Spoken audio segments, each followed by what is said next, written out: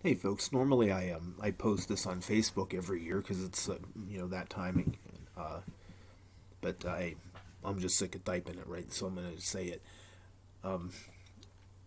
9 years ago at Crooked Creek State Park, I love this story. It's one of my favorites because it has a good ending, but it's a pretty bad situation actually. I'm coming off the trail, and I was headed back to my car, and I wanted to stop and use that restroom by the Heritage Pavilion there. So I come out of the restroom, look in the parking lot. I see a white SUV and a pickup truck, and I see a guy, an older gentleman, looked like a grandfather with two grandkids.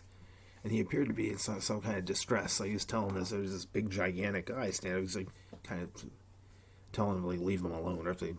I don't know. It was, I don't know. So I was like, you know what? I'm going to walk over there, just see what's happening. So I start walking over there, and the guy sees me coming and starts walking the other direction. I could see that the old man had a cell phone, and the two kids were getting in the SUV, and everything appeared to be fine. So I'm like, oh, I'm just gonna leave, right? So I'd start walking back to my car, and I could hear these shuffling feet behind me. I go to get in the car. I turn around, this big mouth breather is like standing right there. And I turn around. I say, "Can I help you?" And at that point, he makes a very graphic, unwanted sexual advance towards me. At which point, I got inside the car, get in my glove compartment, and I pulled out a less than lethal weapon. I had a 2 or 300,000 volt taser gun, I think it was. Can't carry in a state park, right? So he sees that and just proceeds to push forward and reaches his whole hand in, like, on the window of, like, inside my car door. So I'm thinking, I'm like, and he leans into the window. There's this big head in there, like, and I'm like, well, I zap this motherfucker. Like, what do you do? I zap him in the eye and the neck because he just probably have a heart attack. Um, so anyway, I'm thinking I call an audible, right, and I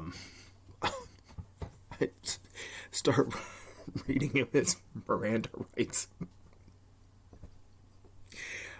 I'm laughing, but it's actually could have been a very dangerous situation. I read him his Miranda rights, and at that point, I think he became convinced that I was some type of undercover law enforcement officer. And he attempts to run away. And the minute he got his hand off that, he pushed the car door open, and the door hits him in the side. He kind of falls over and gets up, and he's moving at a very slow rate of speed through the grass there. So I had my cell phone. I called the Rangers, as I called the authorities, and we had to make a statement. It was a whole big thing.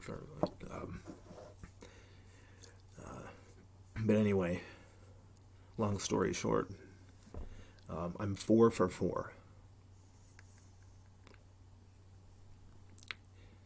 It's never like the training that they give you. It never turns out that way. Back in '96, when I started at 7th Avenue Playground, and all the way up to 2022 in my teaching, when I get a student, or when when the kids were in that playground, I treated those individuals like they were family. And if anyone threatened to harm them or put them in any kind of danger, I reacted. And I've had 4 situations, and all 4 of those individuals were taken down. I hope there's not a 5th, but if there is, I will then be 5 for 5. That afternoon in August 13, that was that guy's lucky day. Because if we were any deeper in the woods, man, I don't know. I'm trained for that shit. But,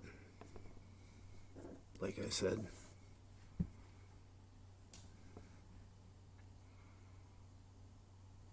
just wanted to share the story of